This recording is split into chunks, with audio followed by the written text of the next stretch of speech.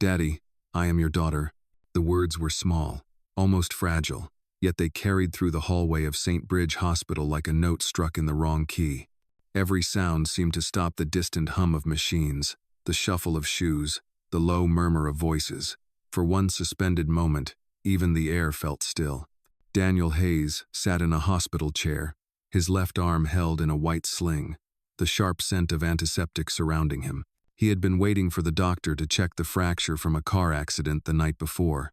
But now, the billionaire who owned half the city's skyline could not move. He could only stare at the little girl who had just spoken. She was no taller than his waist, dressed in a worn denim dress and sneakers that squeaked slightly when she walked. Her hair was tied in uneven puffs. Her eyes were deep brown, steady, searching, far too old for her age. At first, Daniel thought he had misheard. He blinked, tilted his head slightly, and asked softly, "What did you say?" The girl stepped closer, her voice trembling but clear. "I said, Daddy, I am your daughter." The hallway hushed again. A nurse froze near the supply cart. A man waiting for his appointment looked up from his phone.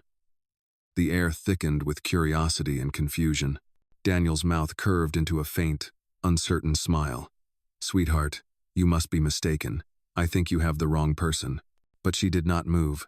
Instead, she pointed to his arm, where a small round scar showed just beneath the sling. Then she rolled up her sleeve, revealing the same mark on her own arm, small, round, faded, but identical. Daniel's breath caught. He looked closer, his mind scrambling for logic. Before he could speak, the girl whispered again, softer this time. "My mom said you would have one too, from the fire at the old clinic. She said I should find you when she could not walk anymore." The words hit him like a pulse from the past. The fire, the clinic, the woman with kind eyes who had once pulled him through smoke and falling beams. His heartbeat quickened. He stared at the girl, her face, her calm courage, and saw, in a flash, the reflection of someone he had not allowed himself to remember. A nurse stepped forward. "Sir, do you know this child?" Daniel opened his mouth, but nothing came out. He just looked at the little girl, who was now clutching a small backpack against her chest. "I only wanted to tell you," she said, her voice steady. "That is all." And as the hospital lights flickered above them, Daniel Hayes, the man who had everything except a past he could face, realized that one whisper from a child had changed the sound of his entire world. The silence that followed her words seemed to stretch forever. Nurses moved quietly past, pretending not to listen, but every face carried the same question. Daniel Hayes, the man known for his command over boardrooms and city skylines, was staring at a child who had just called him father. The hum of the hospital air conditioner sounded louder than before. He blinked once, twice, as if trying to shake off a dream. Then his voice came, calm but uncertain. "Young lady, you must have confused me with someone else. I am sure there are many people who look like me." The little girl did not step back. She only looked up at him, her small hands tightening around the strap of her faded backpack. Her eyes were dark and clear, holding no accusation, no fear. "My mother said you would not remember right away," she said softly. A nurse shifted beside them, whispering, "Sir, would you like me to call security?" Daniel raised a hand quickly. "No, that will not be necessary." His tone was firm, though inside, a tremor was building. He had spent years mastering control, but now every word from this small stranger was pulling apart the seams of that control. "What is your name?" he asked. "Grace," she said. "Grace Turner." The name struck him like a faint echo. Turner. The woman who had saved him years ago during the fire at the old clinic was named Angela Turner. She had disappeared from his life without a trace, leaving only unanswered questions. He looked at the girl again. "Where is your mother now, Grace?" "She is resting," Grace replied. "She got sick. She told me to find the man in the picture before it was too late." Her voice did not tremble, but the words seemed too heavy for someone so small. Daniel felt something cold in his chest. "Do you have the picture?" Grace nodded and unzipped the front pocket of her backpack. From inside, she pulled a small envelope, creased and soft from being handled many times. She held it out to him. He hesitated before taking it. Inside was a photograph, its edges yellowed. In it, a much younger Daniel stood beside a smiling woman, in a nurse's uniform. Her arm was around him, and her eyes, the same deep brown as Grace's, were full of light. Daniel swallowed hard. His throat burned. "Where did you get this?" "My mom kept it," Grace said. "She said it was the day you promised to come back." He could not remember making that promise. But the guilt that pressed against his ribs felt familiar, like something he had buried long ago. He set the photograph on his knee, his hand trembling slightly. Grace watched him in silence, as if waiting for something he did not yet know how to give. A man in a gray suit appeared at the end of the hallway. It was Ethan, Daniel's personal assistant. "Sir, your car is ready," he said briskly, glancing at Grace with polite confusion. "Shall I take care of this situation?" "No," Daniel said quietly. "Not yet." Ethan frowned but stepped aside. Daniel looked back at Grace. "How did you get here?" "I took the bus," she said. "It was number 26. I asked the driver for St. Bridge Hospital. He said it was the stop where all the rich people come when they get sick." Despite the tension, a faint, surprised smile crossed Daniel's face. "That sounds about right," he murmured. Grace's eyes softened. "You do not believe me, do you?" He hesitated, searching for words. "I do not know what to believe." She nodded slowly, as if she had expected that answer. "My mother said people forget because their hearts get too full of other things. She said, sometimes you have to remind them." Daniel's chest tightened again. He looked down at the photograph once more. The resemblance was impossible to ignore. The line of the chin, the scar, even the quiet confidence in her voice, it all mirrored someone he once knew. He wanted to speak, to ask her more, but Ethan returned with a concerned look. "Sir, we really should leave. The reporters are outside. They heard about your accident. If someone sees this child here, it could become a headline." Daniel's jaw tightened. He hated how quickly the world reduced everything to stories for profit. "We are not leaving yet," he said firmly. "Get my coat." Ethan blinked. "Your arm." I said get it. When Ethan left, Daniel crouched down carefully to meet Grace's eyes. "You said your mother is resting. Where is she?" "In a care home on Maple Street," she answered. "Room 12. She sleeps a lot. The nurse says she dreams about the fire sometimes." That was all Daniel needed to hear. His heart thudded once, heavy and clear. "Grace," he said quietly, "I want to see her. Would you take me there?" She looked surprised, then cautious. "Will you come as my dad or as a visitor?" Daniel exhaled slowly. "For now, just as someone who should have come sooner." Grace studied him for a moment. Then she nodded. "Okay, but you have to be quiet when she sleeps. The light hurts her eyes." He nodded. The fluorescent lights above them flickered once, bathing the hallway in a pale glow. As Grace zipped her backpack again, Daniel stood and watched her with a mixture of disbelief and awe. The little girl who had stopped his world was now leading him toward the truth he had run from for half a lifetime. He glanced once more at the photograph in his hand before slipping it into his pocket. It felt heavier than it should, as if it carried not just paper and ink, but every unfinished word he had never said. Outside, thunder rolled softly in the distance, promising rain. Daniel followed the girl toward the exit, each step quiet, steady, and filled with a strange sense of beginning. The afternoon sky outside the hospital had turned the color of pewter. Clouds hung low, heavy with rain that had not yet fallen. Daniel Hayes walked beside the little girl down the long ramp that led toward the parking lot. His steps were careful, his arm still stiff in its sling, but his thoughts were moving faster than they had in years. Grace Turner walked a few steps ahead, small shoulders squared, her backpack bouncing lightly against her back. The guard at the door glanced at her, then at Daniel, but said nothing. It was clear that the billionaire's silence was not to be questioned. "Do you usually take the bus alone?" Daniel asked quietly as they crossed toward the waiting car. Grace looked up. "Only when I have to. The lady at the care home said I was brave. I just said that my mom would want me to be." Her words made Daniel's throat tighten. Brave. The last time he had heard that word used that way was from Angela Turner herself, 20 years ago, during the fire that had nearly taken both their lives. He still remembered her voice through the smoke, telling him not to give up. The black sedan idled near the curb. Ethan stood beside it, clearly uneasy. "Sir, are you certain about this? If the press—" Daniel stopped him with a look. "Drive to Maple Street Care Home," he said simply. Ethan hesitated for a moment, then opened the rear door.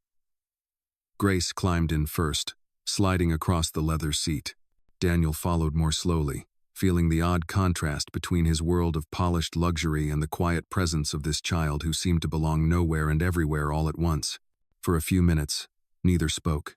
The city outside passed in blurs of traffic lights and glass towers. Grace pressed her forehead to the window, watching the rain begin to streak the glass. "It smells like it did the night of the fire," she said softly, "like smoke and rain." Daniel turned his head toward her. "You remember the fire?" She shook her head. "No. Mom told me about it. She said you both were in the same building when it happened. She said you saved each other." He nodded slowly, the memory unspooling in his mind. "That is true. She pulled me out after a beam fell. I was trapped.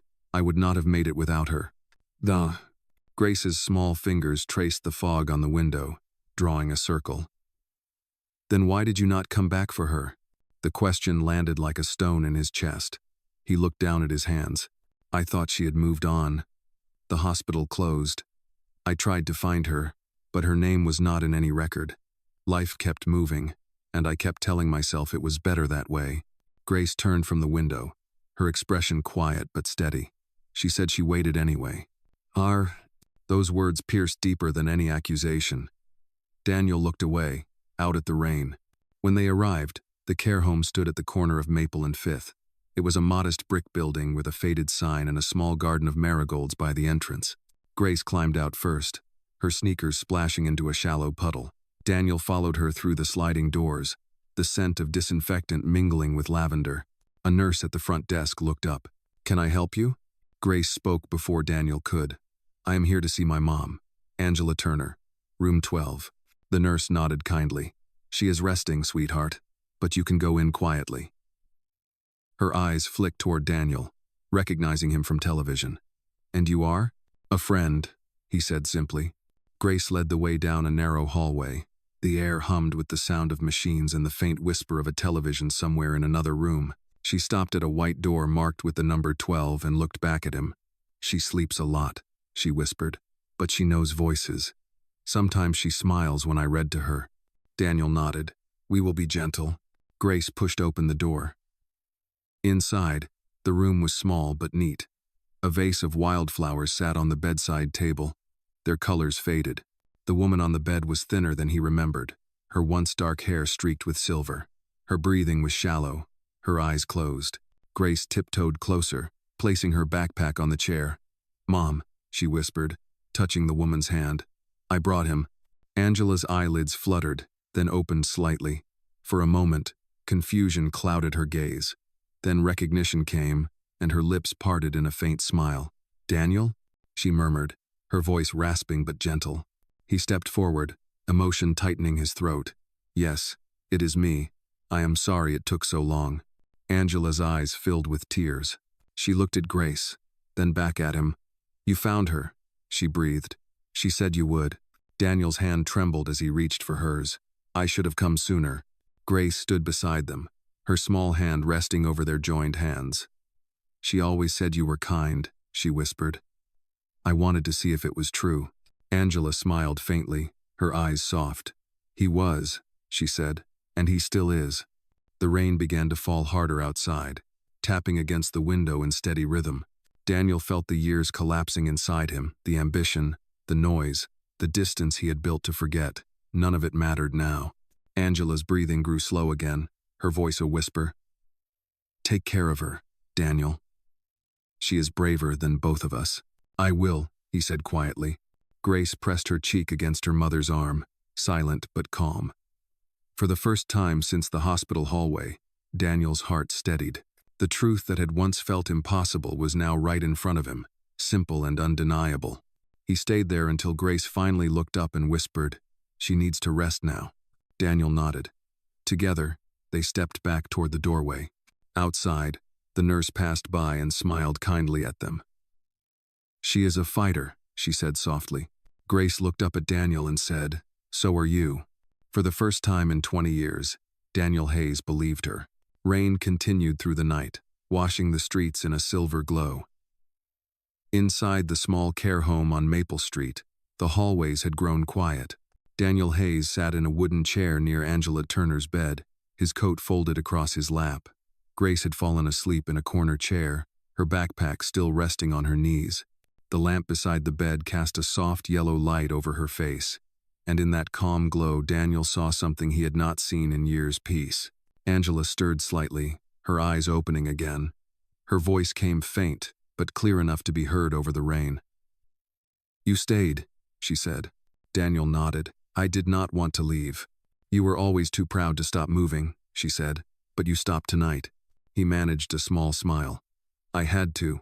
I found something I never should have lost." Her hand trembled as she reached for his. "You found someone," she corrected gently. "She is the best thing I ever did." He looked at Grace, still sleeping, her small hands curled together.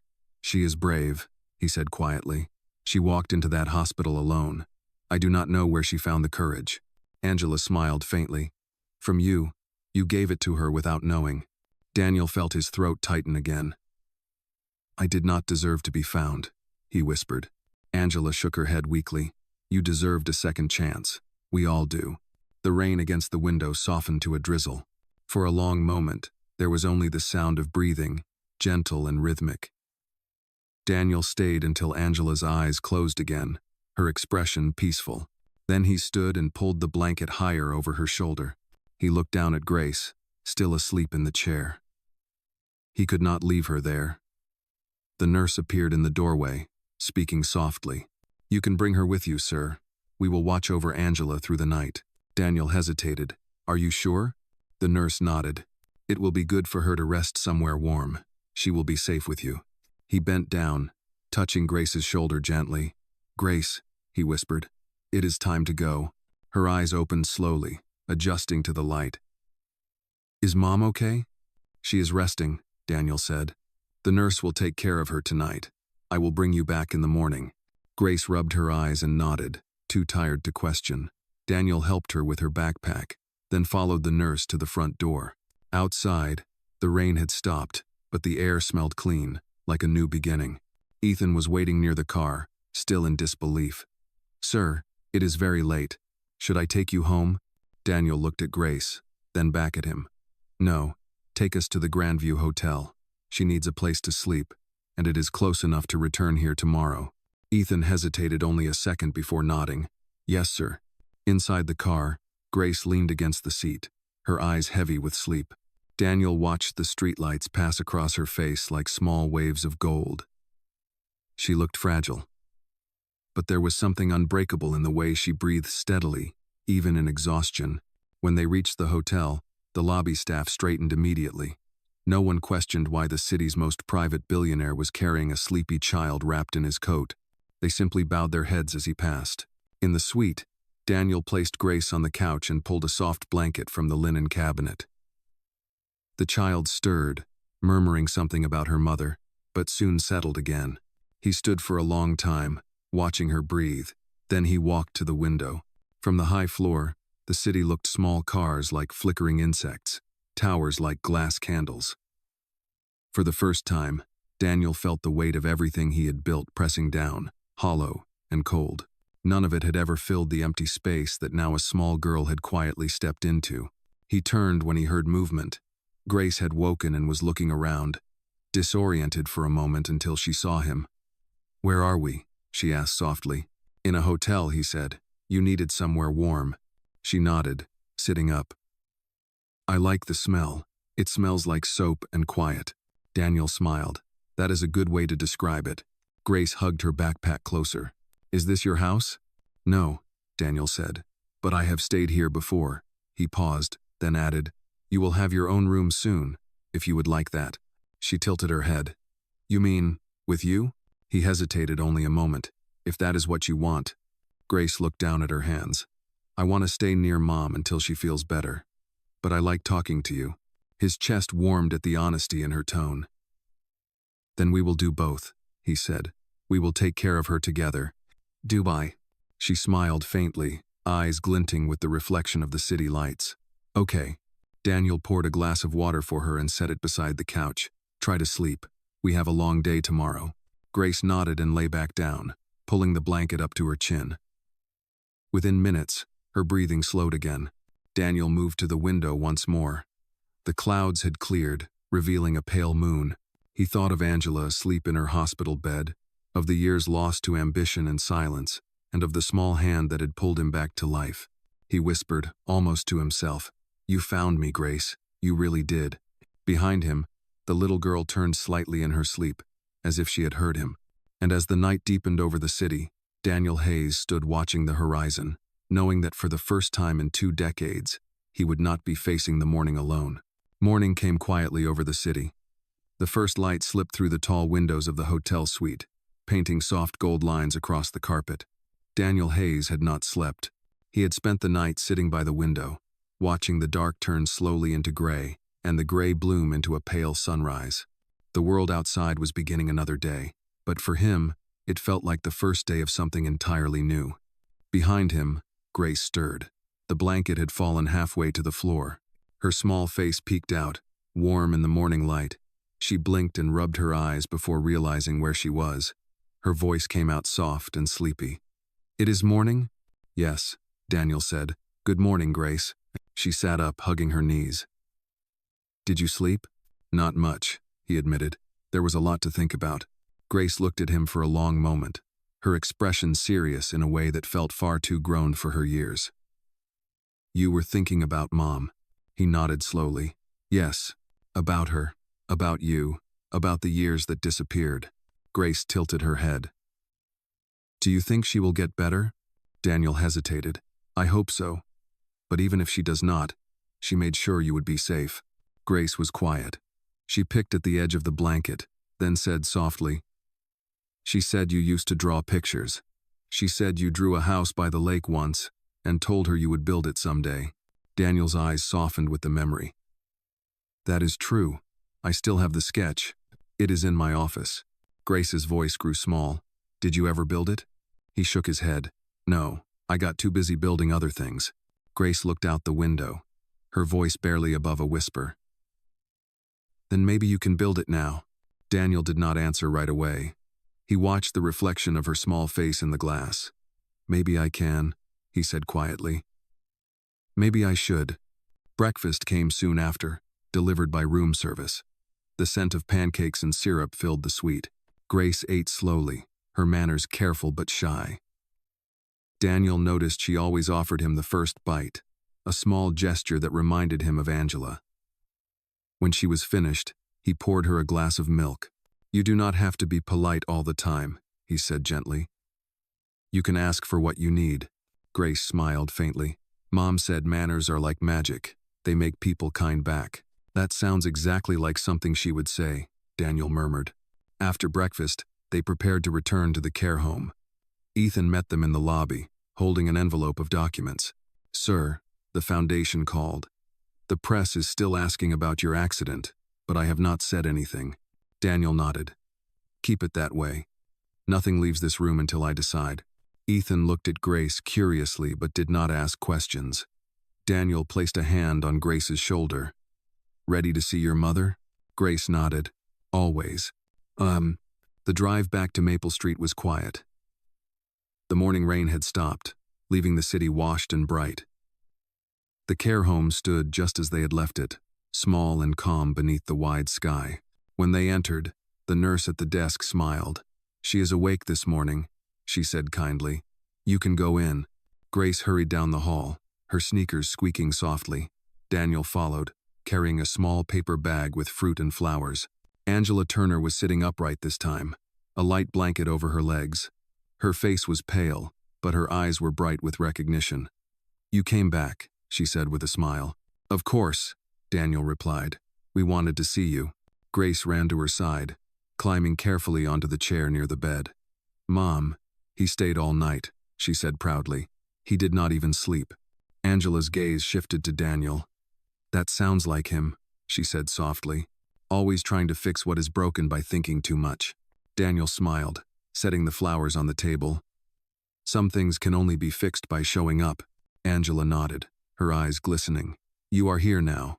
That is what matters." Grace reached into her backpack and pulled out a folded piece of paper. She handed it to Daniel. "I drew something last night," she said. "It is for both of you." He unfolded the paper carefully. On it was a simple drawing: 3 stick figures holding hands beside a small blue lake and a house with a tall tree. Over the house, in uneven handwriting, she had written, "The Lake House, for Mom and Dad." For a moment, Daniel could not speak. He looked at Angela, then back at Grace. "It is perfect," he said softly. Angela smiled. "You see?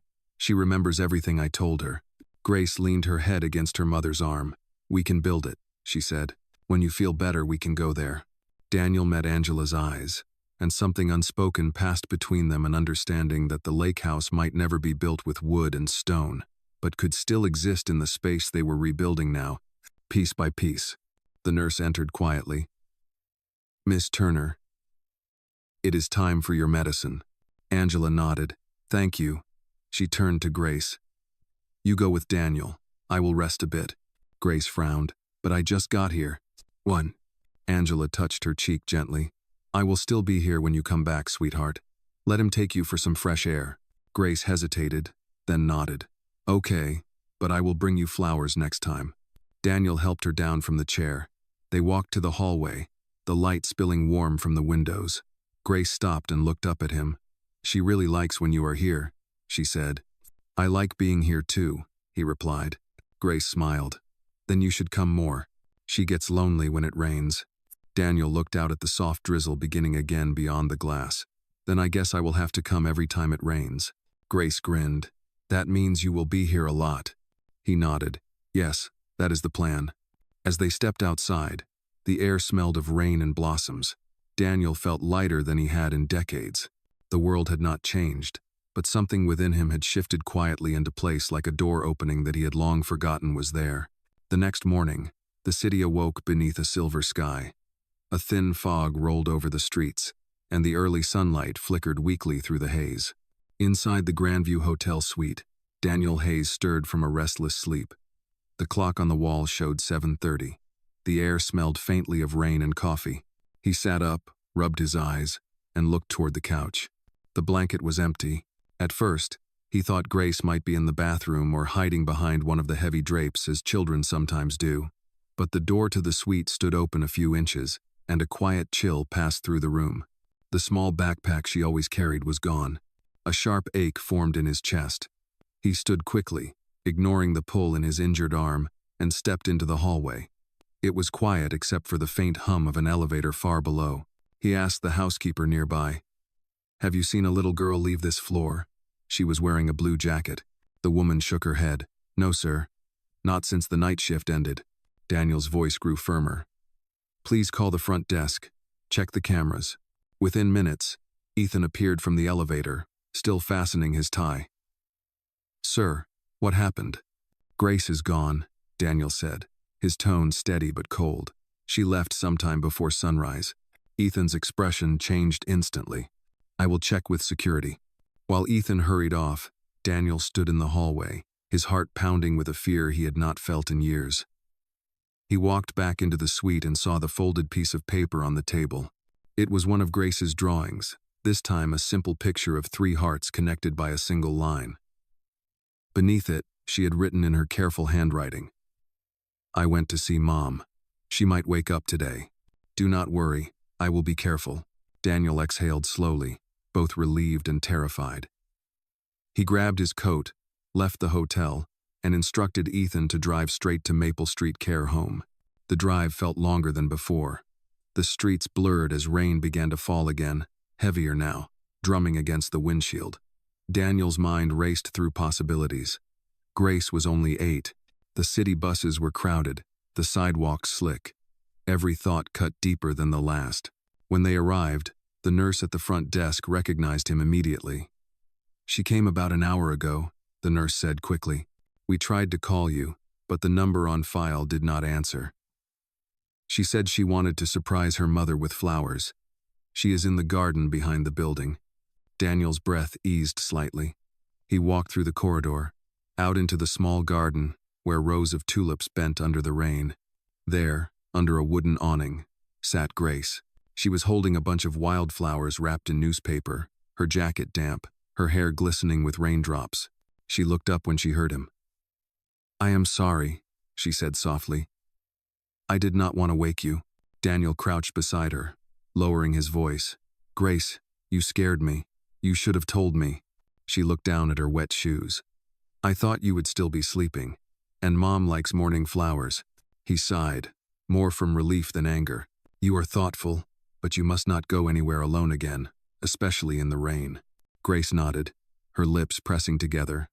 "I promise." Daniel sat beside her on the bench. The rain slowed to a soft drizzle. "Did you see your mother yet?" "Not yet," she said. "The nurse said she was awake for a little while but went back to sleep." "I was waiting for you to come." His voice softened. "You did not have to wait alone." Grace looked at him then, her eyes wide and honest. "I am not used to people coming back. I thought maybe it was better if I came first, just in case."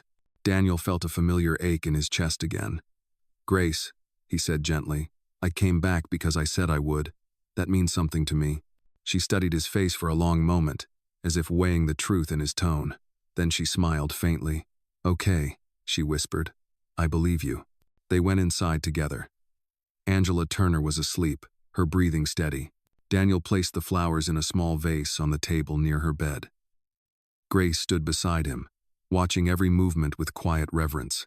"She looks better today," Grace said. "Yes," Daniel replied. "Maybe she is getting stronger." Grace touched the edge of the blanket covering her mother's hand. "If she gets better, can we all live together?" Daniel hesitated, his heart twisting at the innocence in her question. "We will find a way," he said finally. "I promise you that." "Oh," Grace nodded, satisfied with that answer. She climbed onto the chair beside the bed and began to hum a small tune. It was the same melody Angela had hummed to him once years ago, when he had been recovering in that same old clinic after the fire. The sound filled the small room like light. After a while, the nurse entered with a quiet smile. "She is doing well today," she said. "You both being here helps." Daniel looked at Grace. "She helps more than she knows," he said. The nurse smiled knowingly. "Children usually do." Grace giggled softly, swinging her legs. "I just talked to her. I think she can hear me even when she sleeps." "She probably can," Daniel said. "Love has a way of crossing through everything." The rain had stopped entirely now.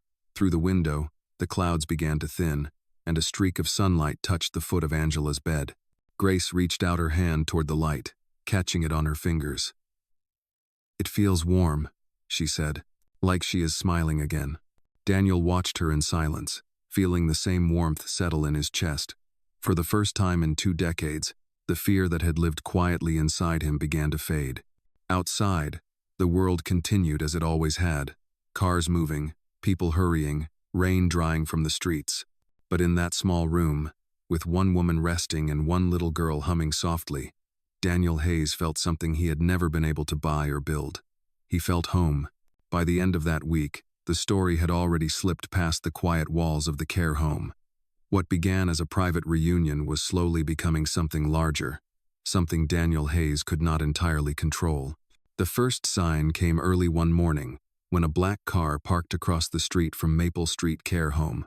A man with a camera waited inside, pretending to check his phone.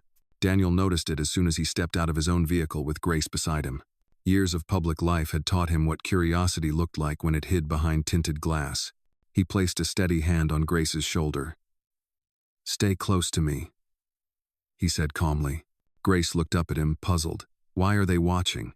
"Because some people like stories that are not theirs," Daniel said softly. "But you do not need to worry. They cannot take what belongs to us." Inside the care home, the air was warm with the scent of breakfast. Angela Turner was awake and sitting up, her hands wrapped around a cup of tea. She smiled when they entered. "You are early," she said. "I wanted to bring you something," Daniel replied.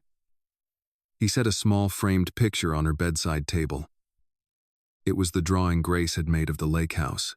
Angela reached for it slowly, her fingers tracing the outline. "It is beautiful," she said. "She drew this?" Grace nodded proudly. "We are going to build it when you get better." "Va." Angela smiled, though her eyes glistened. "That sounds wonderful, sweetheart." Daniel could see the weariness in her face, the quiet battle her body was still fighting.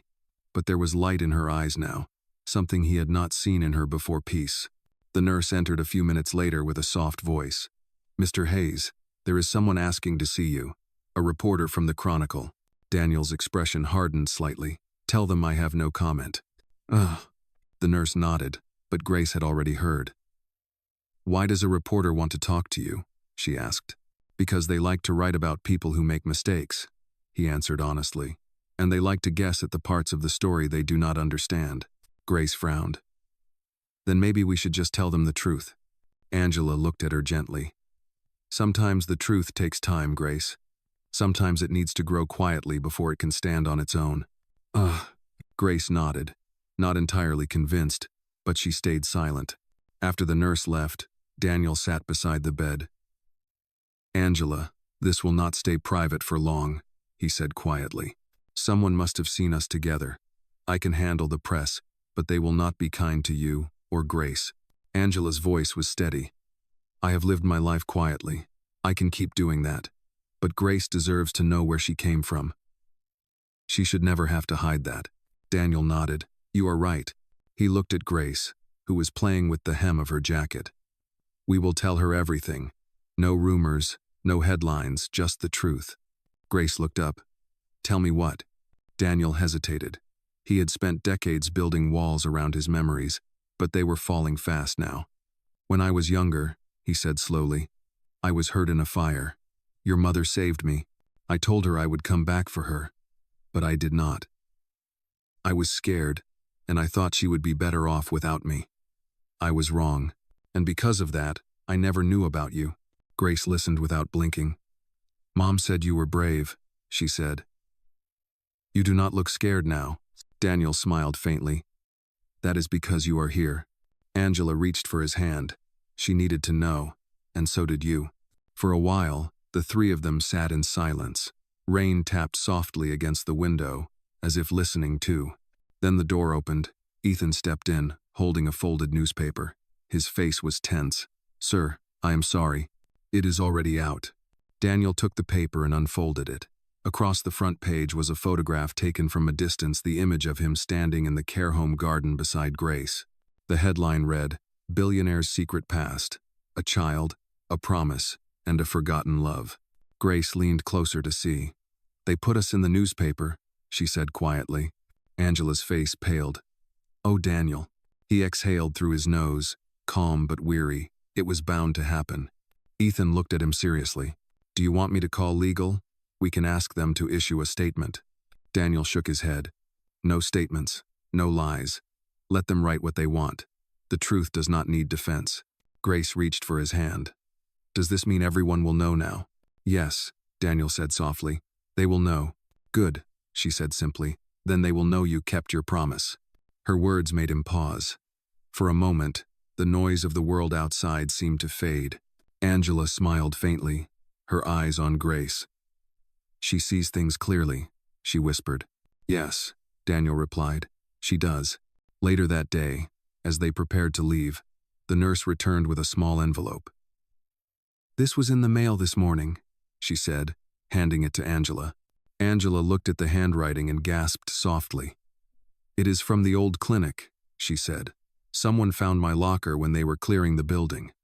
They sent what was inside." She opened the envelope carefully. Inside was a photograph and a small silver bracelet engraved with the letters A and D.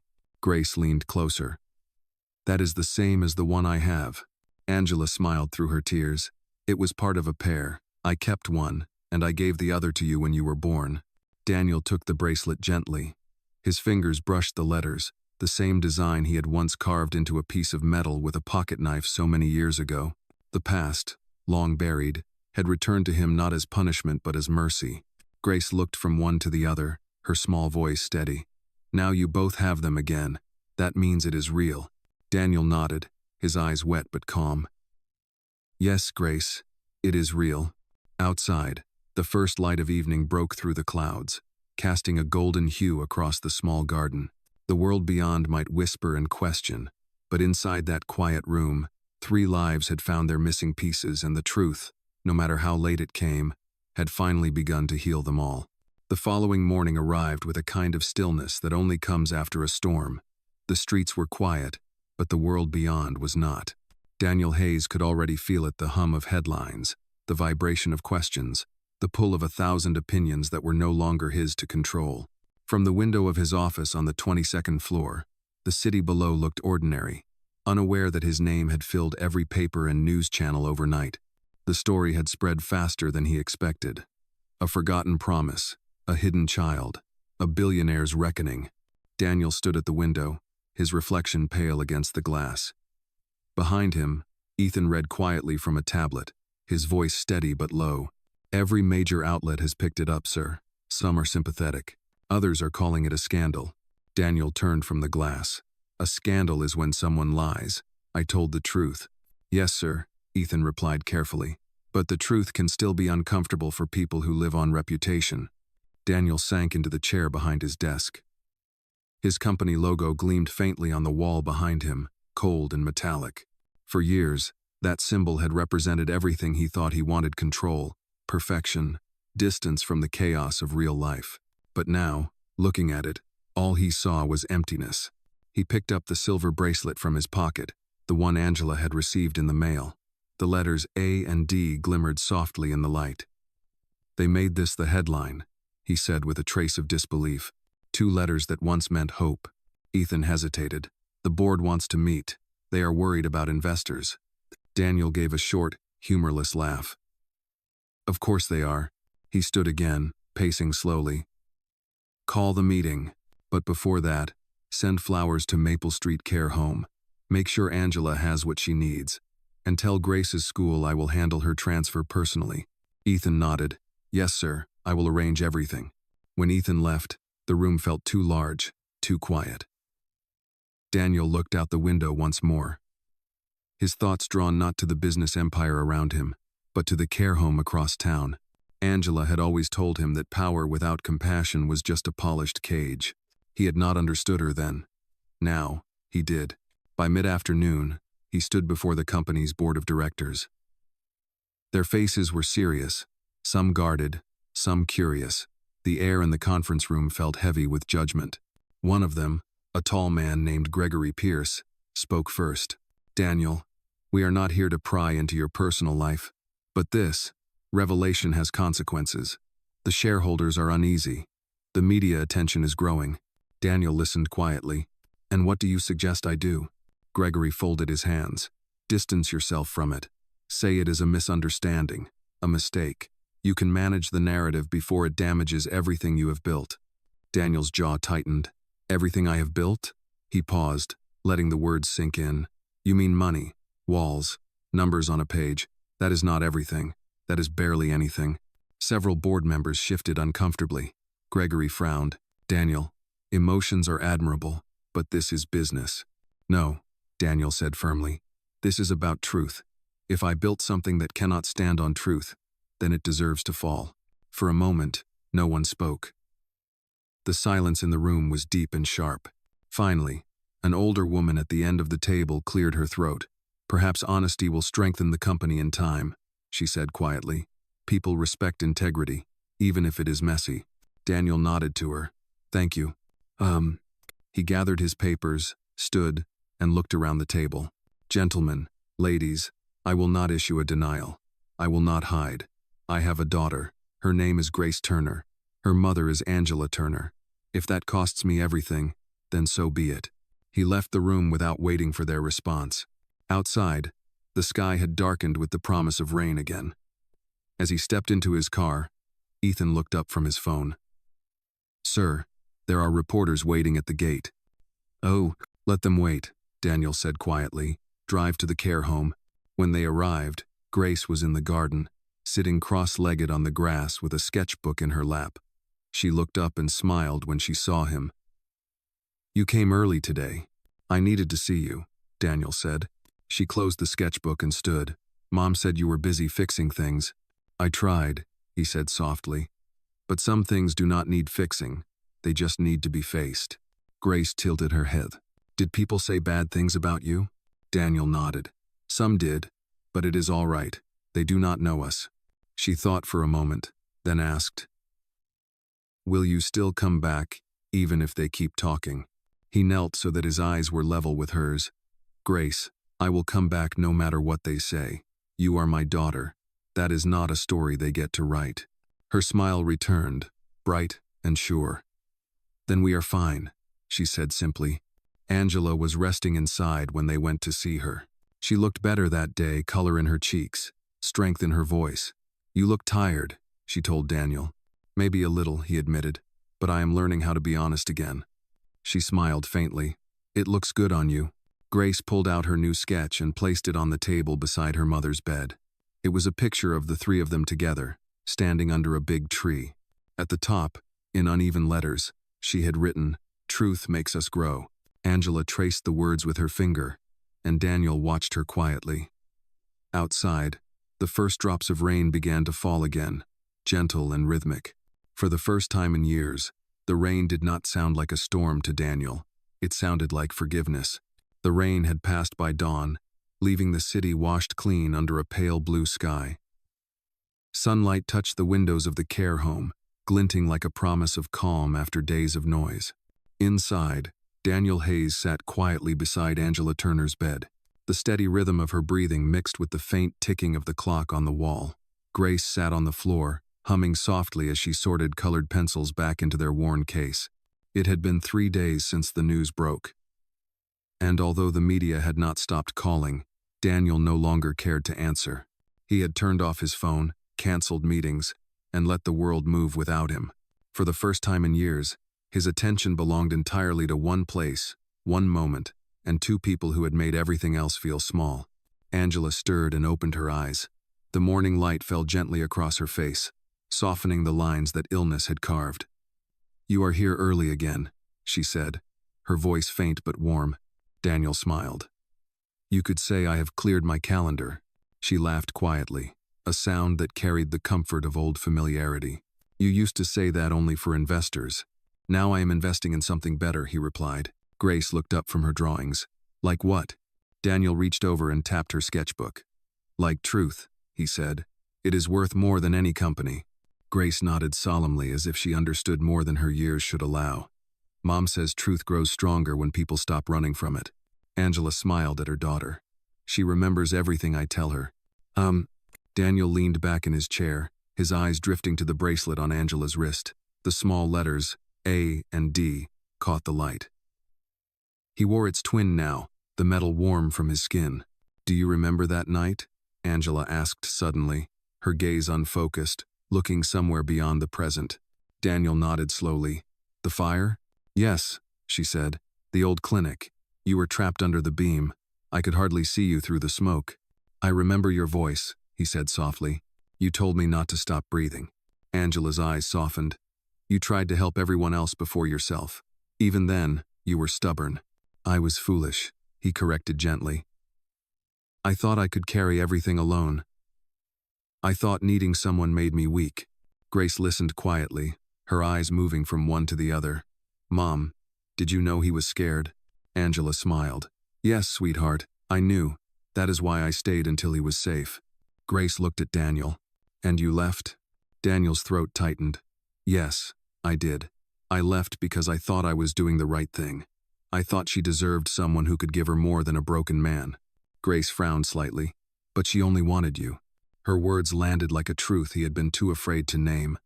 Daniel looked down, his hand tightening around the bracelet. "I know that now." Angela reached for his hand, her fingers cool but steady. "You were young, Daniel. We both were. Life happened too fast. The fire took more than walls that night, it took time.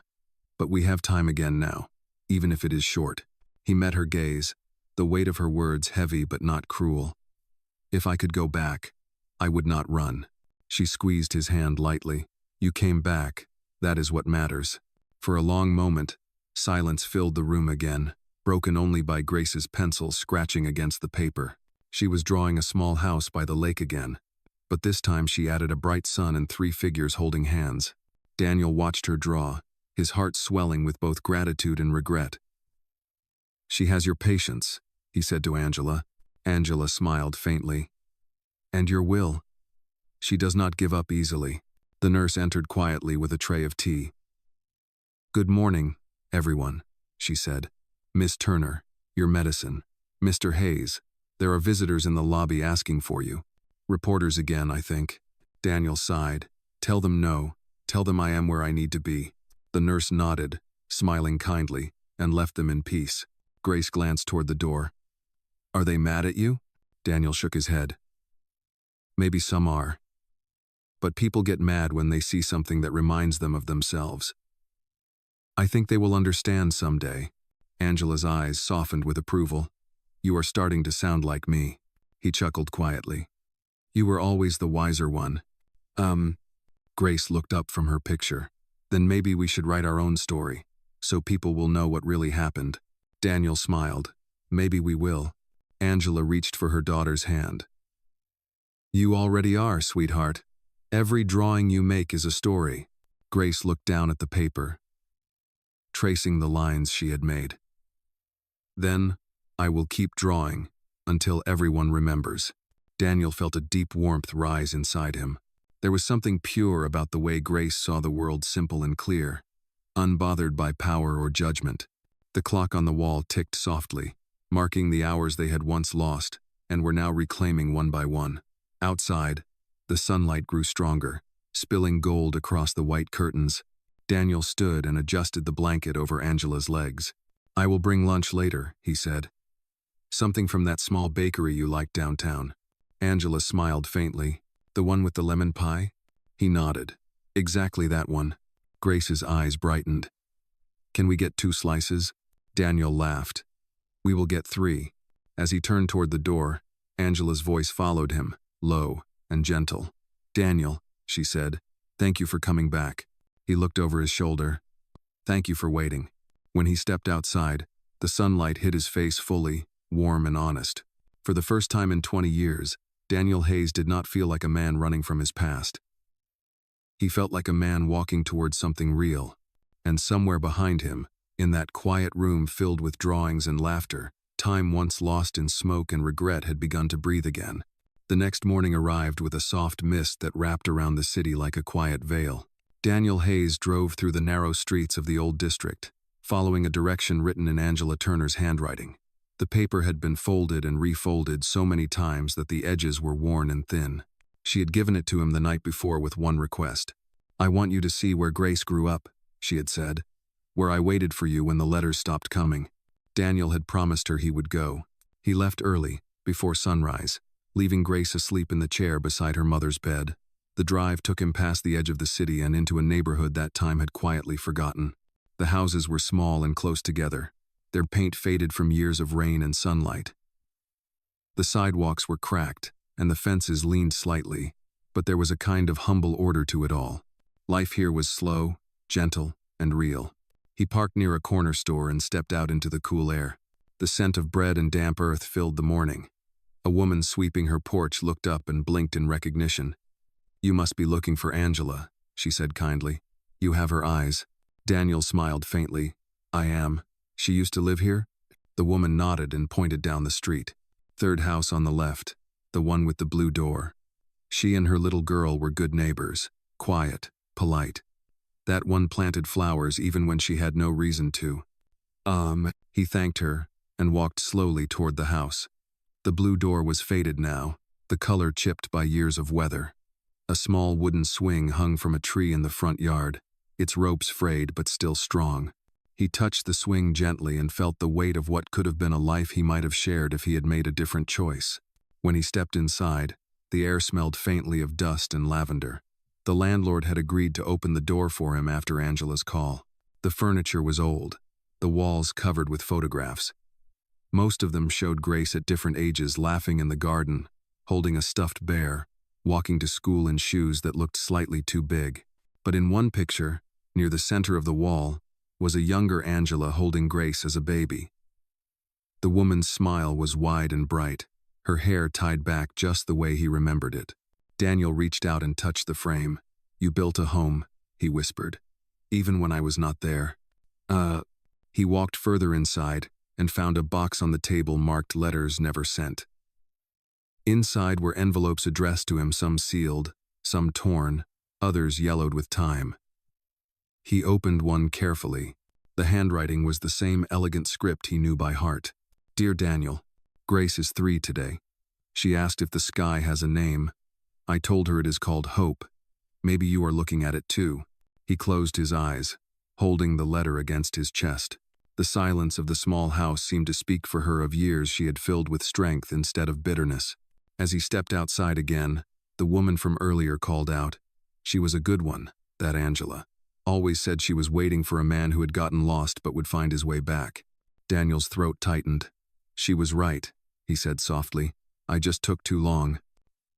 He walked toward the car, but something caught his eye near the corner of the yard, a small patch of wildflowers growing by the fence.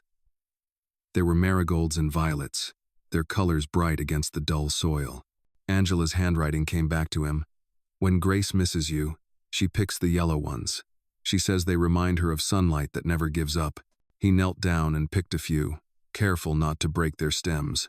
He would bring them back to the care home, back to the 2 people who had made this broken life whole again.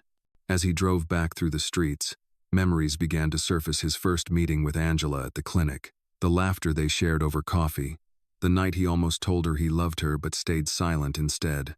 For years, he had convinced himself those moments did not matter. But now he knew that every one of them had built the bridge that had led him to Grace. When he arrived at the care home, the nurse greeted him with a smile. You just missed her waking up. She was asking for you. Daniel entered the room quietly. Grace was sitting by the window, her hair catching the sunlight. Angela lay against the pillows, her eyes half open but alert. She smiled when she saw the flowers in his hand. From the old house, he said. They are still growing. Angela reached for them weakly, inhaling their scent. I planted them with Grace. I wanted her to see something beautiful even when everything else felt uncertain. Grace looked at the flowers with quiet pride. They look like the ones we saw in the garden last week. They are the same, Daniel said softly. They just waited for me to come back. Angela's eyes filled with tears. You found what you needed to see. He nodded. I did.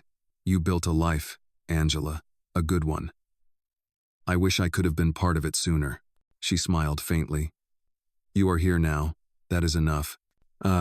Grace reached out and took both of their hands, her small fingers warm and certain. Then we can make new memories, she said. Ones that do not hurt. Daniel looked at her, his heart swelling with quiet pride. Yes, Grace, that is exactly what we will do. The sunlight through the window grew brighter, filling the room with gold. The air felt lighter, as if the past had finally exhaled. Daniel Hayes sat there, surrounded by wildflowers and forgiveness, knowing that the journey that had begun in guilt had now turned into something deeper: understanding, peace, and the kind of love that could outlast every mistake he had ever made. The evening sun fell slowly behind the trees outside the care home, painting the windows in shades of gold and amber. Daniel Hayes sat by the bed where Angela Turner rested. Grace was reading aloud from a children's book, her small voice filling the quiet room like soft music. Every few minutes, Angela would smile faintly, her eyes drifting between her daughter and the man she had once loved. Daniel had spent the entire afternoon sitting there, saying little, just listening to Grace's laughter, to the sound of rain outside, and to the faint rhythm of life returning to something almost peaceful. Yet beneath that peace, something deeper had begun to stir inside him.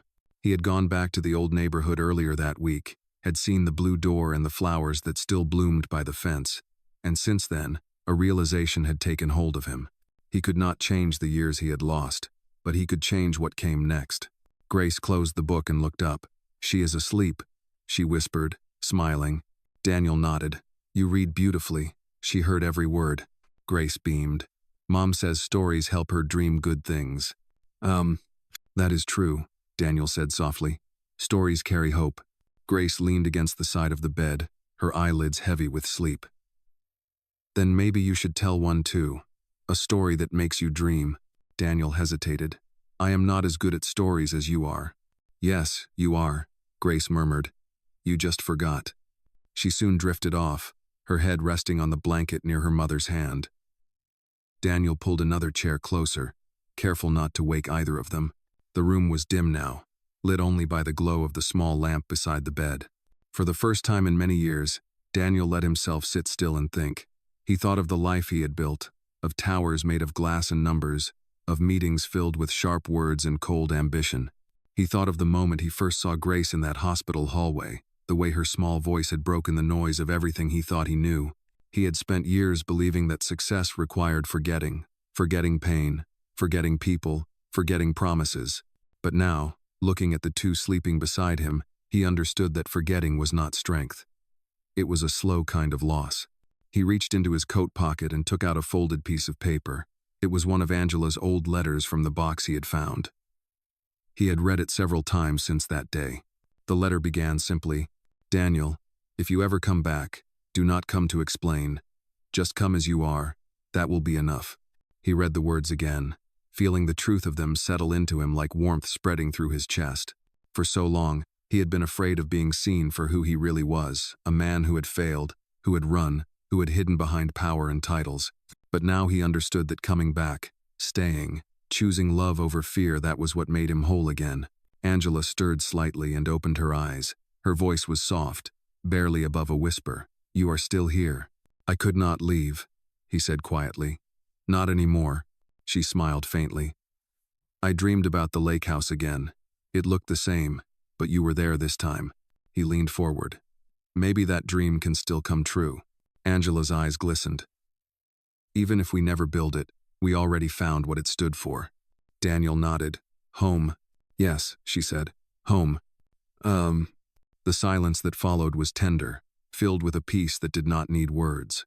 Later that night, after Grace had been taken to the guest room to sleep, Daniel stepped outside into the courtyard. The air was cool, carrying the scent of jasmine from the garden. The stars had come out, scattered like quiet promises across the dark sky. He walked slowly toward the old bench beneath the tree, the same place he had first sat with Grace weeks ago. He looked up and spoke softly to the night, his voice steady but full of emotion. "I was so afraid to be small," he said. "Afraid to be human. But she reminded me what being human really means." He closed his eyes, breathing deeply. For the first time, his heart did not race with regret. It beat evenly, full of something that felt like grace itself. When he returned to the room, Angela was still awake. Her voice was gentle. "You look lighter." "I feel lighter," he said, "because I finally understand." "Understand what?" she asked. "That I cannot buy redemption," he said slowly. "I can only live it, one choice at a time." Angela smiled faintly. "That is all any of us can do." He sat beside her again and took her hand. It felt frail but alive, pulsing with warmth. He spoke quietly, almost to himself. "Tomorrow, I will go to the board and tell them I am stepping down as chief executive. I will keep the foundation, but the rest can go. I want to build something that matters." Angela looked at him for a long moment, her eyes full of quiet pride. "You are finally listening to your heart." He nodded. "It took a little girl to teach me how." At that, a small sound came from the corner of the room. Grace had woken and was watching them, her face half hidden by the blanket. "I heard you," she said sleepily. "You are talking about me." Daniel smiled. "We were." Grace yawned. "Then you both better sleep too. Tomorrow is a new day." Daniel laughed softly. "You are right, Grace. Tomorrow is a new day." He tucked her back in, then turned off the lamp. The three of them rested in the same room, the same light, the same peace. Outside, the first quiet wind of dawn began to rise, carrying away the last traces of the past. Daniel Hayes closed his eyes, knowing that for the first time in his life, he was exactly where he was meant to be, between the woman who had once saved him and the child who had saved him again. The following morning, light poured through the thin curtains of the care home, soft and golden. The air smelled faintly of coffee and wildflowers from the garden. Daniel Hayes stood near the window, straightening his tie with deliberate calm. His reflection in the glass did not look like the man who had once been defined by wealth and reputation. It looked like a man who was ready to begin again. Angela Turner was awake, her head resting against the pillows. Grace sat on the edge of the bed, carefully braiding her mother's hair. She hummed quietly as she worked, her small fingers patient and gentle. Daniel turned from the window and smiled. "You have quite the stylist, Angela." Angela smiled faintly. "She says it makes me look stronger." Grace nodded proudly. Mom needs to look her best today. Everyone is going to talk about us. Daniel knelt beside her, his voice warm but serious. People will always talk, Grace. What matters is that we know the truth. Grace studied him for a moment, then asked softly, "Are you still going to tell everyone?" "Yes," he said. "Today." Angela looked up at him, her expression calm but knowing. "Are you sure you want to do this publicly? Once you speak, there is no going back." Daniel nodded. "There should not be any going back. The truth is already out there, but it needs to come from me. No rumors, no confusion, just honesty." Angela reached for his hand. "Then say what you believe. That is all that matters." Grace looked between them. "Can I come?" Daniel hesitated. "It might be a little crowded, sweetheart." Grace tilted her head. "I am not scared." Angela smiled gently. "She takes after you." Daniel chuckled softly. "She certainly does." An hour later, the three of them arrived at the foundation building downtown. The press had gathered outside, their cameras ready, their questions sharpened. Security stood nearby to keep the crowd at a respectful distance. Grace held Daniel's hand as they walked through the entrance, her small steps steady, her chin lifted. Inside, the conference room was filled with board members, journalists, and staff. The walls, once decorated with awards and stock photos, now seemed almost bare. Daniel walked to the podium at the front of the room, the murmur of voices fading into silence. Angela sat quietly in a chair near the back, her blanket folded neatly over her lap.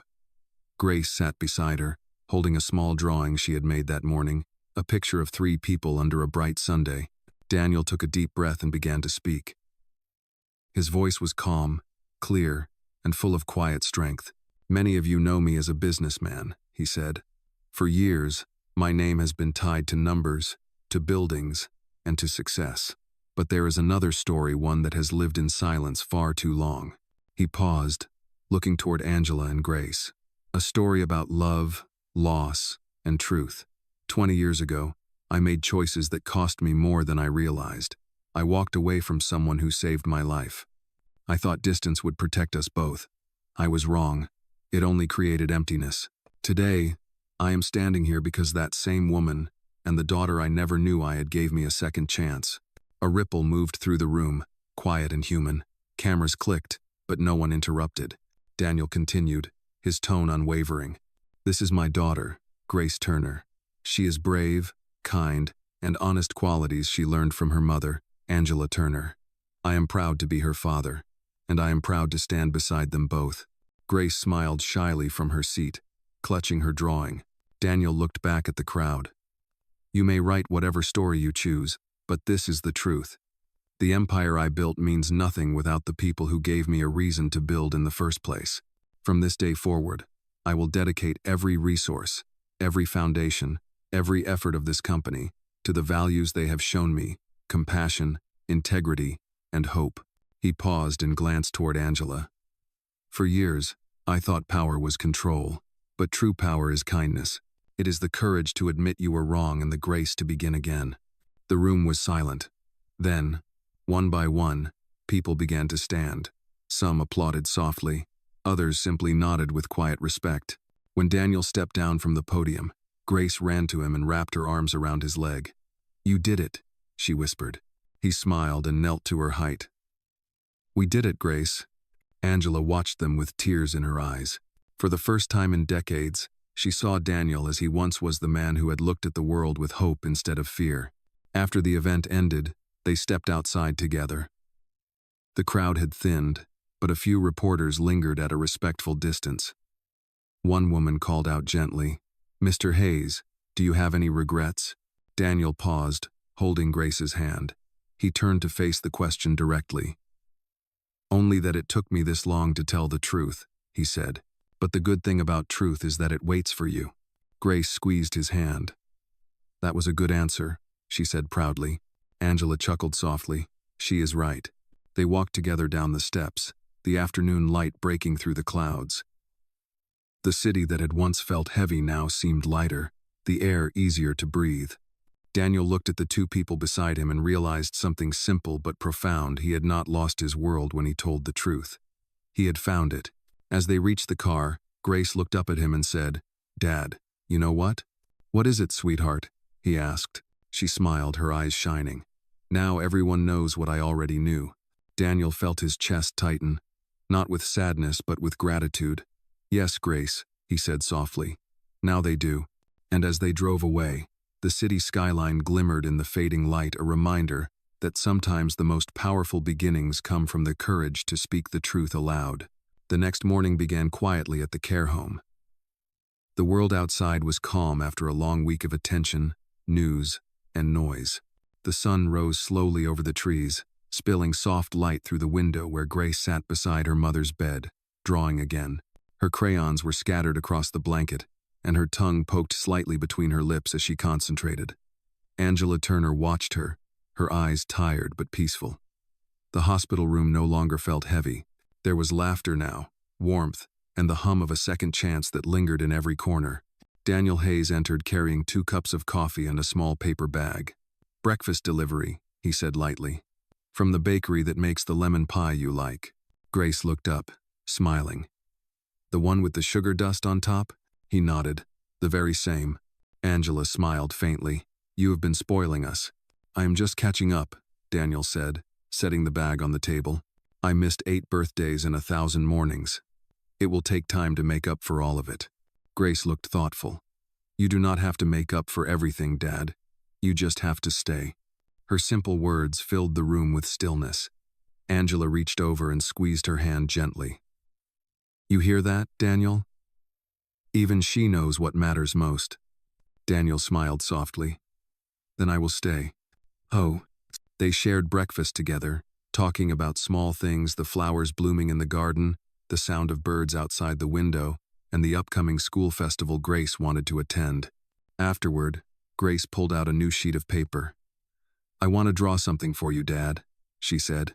"Something you can keep in your office when you go back." Daniel hesitated. "I do not think I'm going back to that office." Grace tilted her head. "Then where will you work?" Angela looked curious too. "Yes, Daniel. What are you planning?" He leaned forward, resting his elbows on his knees. "I have been thinking about it. All these years I built things that made money but not meaning. Now I want to build something different, something that changes lives the way you both changed mine." Grace blinked. "Like what?" Daniel smiled. "Like a foundation for children, one that helps kids like you, Grace. Smart, brave children who need a chance to be seen and heard. We could name it after your mother, the Angela Turner Foundation."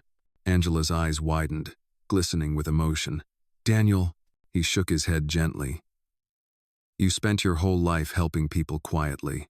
You deserve to be remembered for it. I want Grace to grow up seeing what kindness can do." Grace grinned. "Then I want to help too. I can draw the logo." Daniel laughed softly. "That sounds perfect." Angela looked at him for a long moment, her expression full of pride and tenderness. "You really have changed." He met her gaze. "I think I am finally becoming the man I should have been." The day passed peacefully. Grace played in the courtyard later, chasing the sunlight between the trees while Daniel and Angela sat on the bench watching her. The air smelled of grass and rain, and a soft wind brushed through the branches. "She is happy," Angela said quietly. Daniel nodded. "She reminds me of you. Strong, gentle, and a little stubborn." Angela laughed softly. "I will take that as a compliment." He looked at her, his voice lowering. "You gave her everything good in her. And now you have given me a reason to live differently." Angela's eyes grew serious. "Promise me something, Daniel." "Anything," he said. "When I am gone, make sure she never forgets who she is. Not the daughter of a man with money or a name, but a girl who was loved deeply. That is what will keep her whole." Daniel felt his throat tighten. "Do not talk like that. You are getting stronger every day." She smiled faintly. "Maybe, but life has its own rhythm. I am not afraid of it anymore." He took her hand gently. "Then I will promise you this, Grace will never forget where she came from, and she will never doubt how loved she is."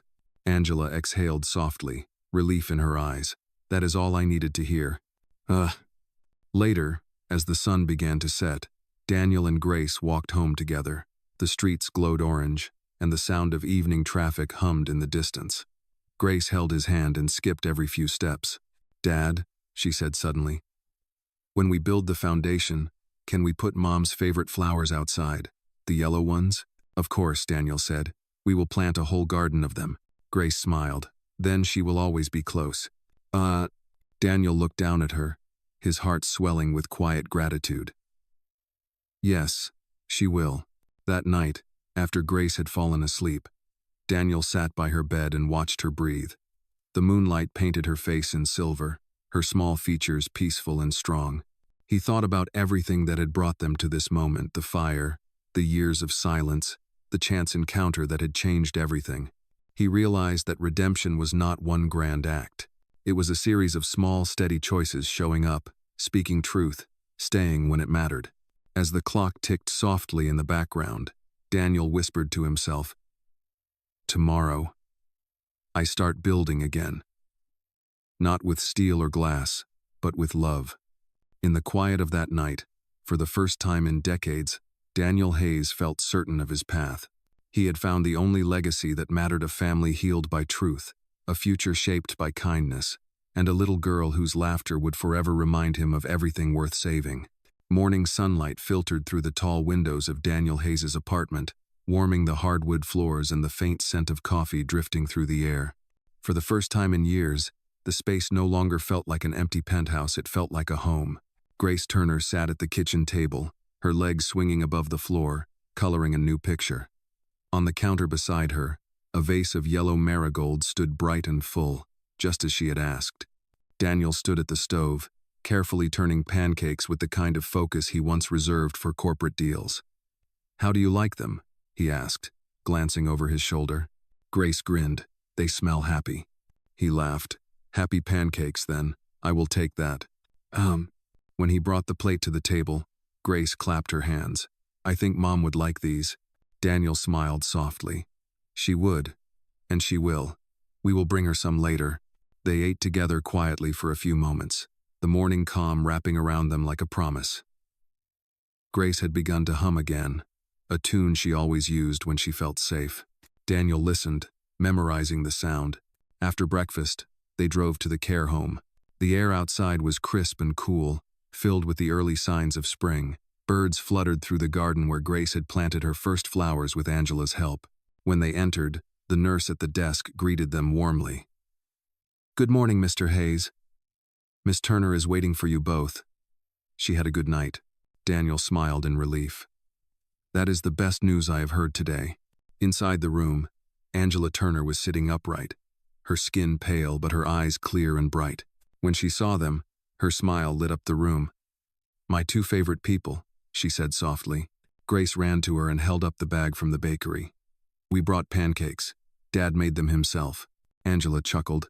"That I have to see." Daniel sat down beside the bed, his tone teasing. "I am improving."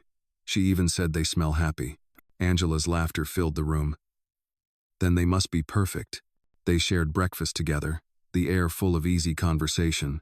Grace talked about her school project, describing how she planned to write about heroes who do not wear capes. Angela listened with quiet pride, occasionally reaching out to smooth her daughter's hair. When Grace finished her story, Angela turned to Daniel. "She talks about you all the time now. You have become her favorite subject." Daniel looked surprised. "I am?" Grace nodded seriously. "You are in my project. I wrote that my dad is brave because he tells the truth even when it hurts." Daniel felt his throat tighten. "That might be the best thing anyone has ever said about me." Angela smiled. "That is because she sees you the way I once did before the fire, before everything."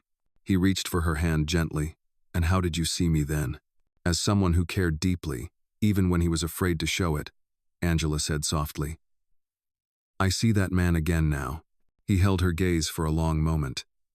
"You brought him back." Angela shook her head weakly. "No, Daniel." Grace did. They sat together in silence, the moment tender and full. Then Angela spoke again, her voice quieter. "Daniel, about the foundation, you do not have to name it after me. Call it something that belongs to her, something that belongs to all of us." He frowned gently. "But it was your idea, your life's work." Angela smiled faintly. "Then let it be called the Second Chance Foundation. That is what we were all given." Grace's eyes lit up. I like that. It sounds like hope. Uh, Daniel nodded slowly. Then that is what it will be. The Second Chance Foundation. Angela closed her eyes for a moment, the words sinking into her like peace itself. Good, she whispered, because that is what you are building now, hope. The day stretched on with a quiet rhythm. Grace helped the nurse arrange flowers, and Daniel stayed by Angela's side. They talked about the future, how the foundation could open its first center in the old neighborhood, how it could offer art classes and safe housing for children. Angela's voice grew weaker as she spoke, but her spirit seemed lighter, freer. At one point, Grace climbed back onto the bed and nestled beside her mother. "Mom," she whispered, "when you get better, can we go to the lake house?" Angela smiled faintly, her eyes glistening. "Yes, sweetheart. One way or another I will be there with you." Daniel's breath caught. He understood what she meant, even if Grace did not. He reached out and brushed a strand of hair from Angela's face. "You will always be there," he said quietly. That evening, after Grace had fallen asleep in the armchair, Daniel and Angela sat together in the fading light. The sky outside turned a deep orange, and the sound of wind moved softly through the trees. Angela's voice came barely above a whisper. "You know, for years I wondered what would happen if you ever came back. I used to imagine it while putting Grace to sleep. I thought maybe it would hurt to see you again." Daniel listened, his eyes steady on hers. "And does it?" She smiled weakly. "No. It feels like forgiveness." He reached for her hand, holding it firmly but gently. "Then let me say it out loud, Angela. I am sorry for everything I took, for everything I did not give." Angela's fingers tightened around his. "You gave her, Daniel. That was enough." The last rays of sunlight painted the room in gold. Daniel sat there quietly, his hand still in hers, feeling the fragile but powerful truth of those words. In the silence that followed, he realized that love was not always about holding on. Sometimes, it was about being brave enough to let peace take its place. And as night fell outside, Daniel Hayes finally understood that redemption was not a destination, it was a way of living, one gentle, honest day at a time. The morning after was quiet and pale. The sky outside the care home carried a gray stillness, the kind that comes before rain. Inside, the air felt gentle but heavy. Daniel Hayes walked down the familiar hallway with 2 cups of tea in his hands. He had gotten used to this walk, counting the tiles on the floor, listening to the soft hum of the lights above.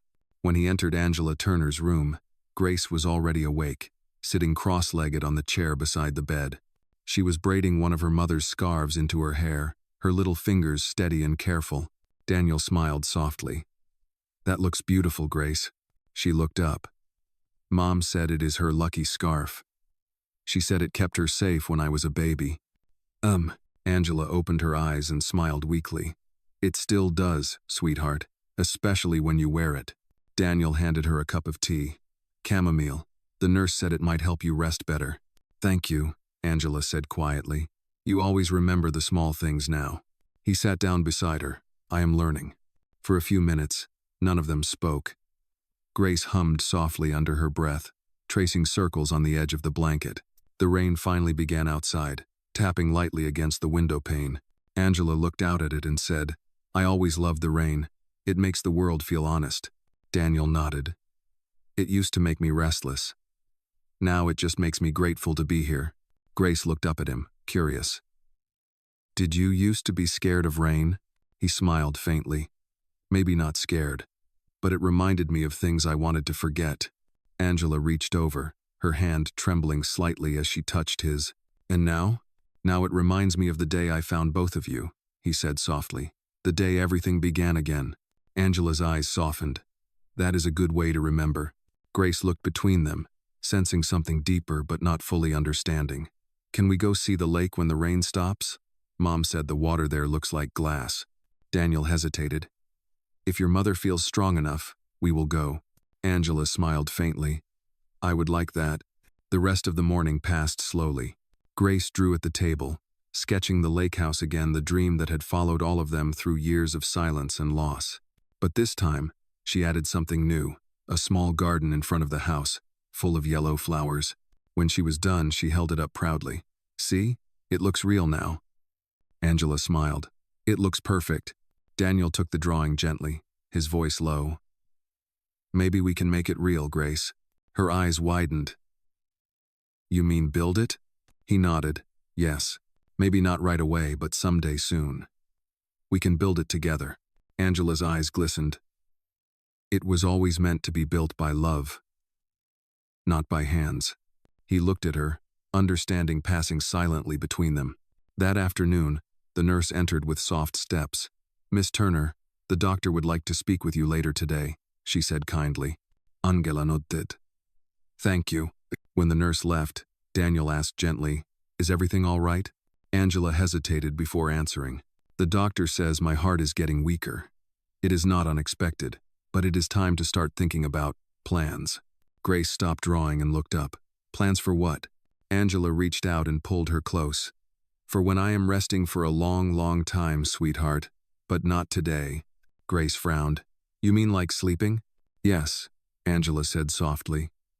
Like sleeping, but with peace. Daniel's chest tightened. He could not speak for a moment. When he did, his voice was low and steady. We still have time, Angela. We will use it well. She smiled faintly. That is all I want. Later that evening, when Grace had fallen asleep on the couch with her head resting on her sketchbook, Daniel and Angela sat together in the dim light. Angela broke the silence first. You have given her more in these past weeks than I ever could have imagined. She trusts you completely. Daniel's eyes were fixed on Grace's peaceful face. She saved me, Angela. Every time I look at her, I see the kind of person I want to be. Angela's voice trembled slightly. You are already becoming that man. He looked at her, emotion catching in his throat. If I could trade places with you, I would. She shook her head weakly. Do not say that. Grace needs you. The world needs what you are building. Promise me you will finish what we started. The foundation, the garden, the house by the lake. Promise me you will fill them with children who need hope. Daniel leaned forward and took her hand. I promise. Angela smiled, a single tear slipping down her cheek. Then I can rest easy. They sat in silence again, listening to the soft rhythm of rain outside. It was steady, almost soothing. Daniel realized how strange and beautiful it was that the same rain that once symbolized his loneliness now sounded like peace. He looked at Angela, her eyes half closed but content. Do you need anything before I go? She shook her head. Just this moment. Daniel nodded. Then we will keep it. He stayed until the rain stopped, and the moonlight broke through the clouds, spilling silver light across the floor. Grace stirred in her sleep, murmuring something about flowers. Angela whispered. She dreams beautifully. She takes after her mother, Daniel replied softly. When he finally left the room, he paused at the door and looked back once more.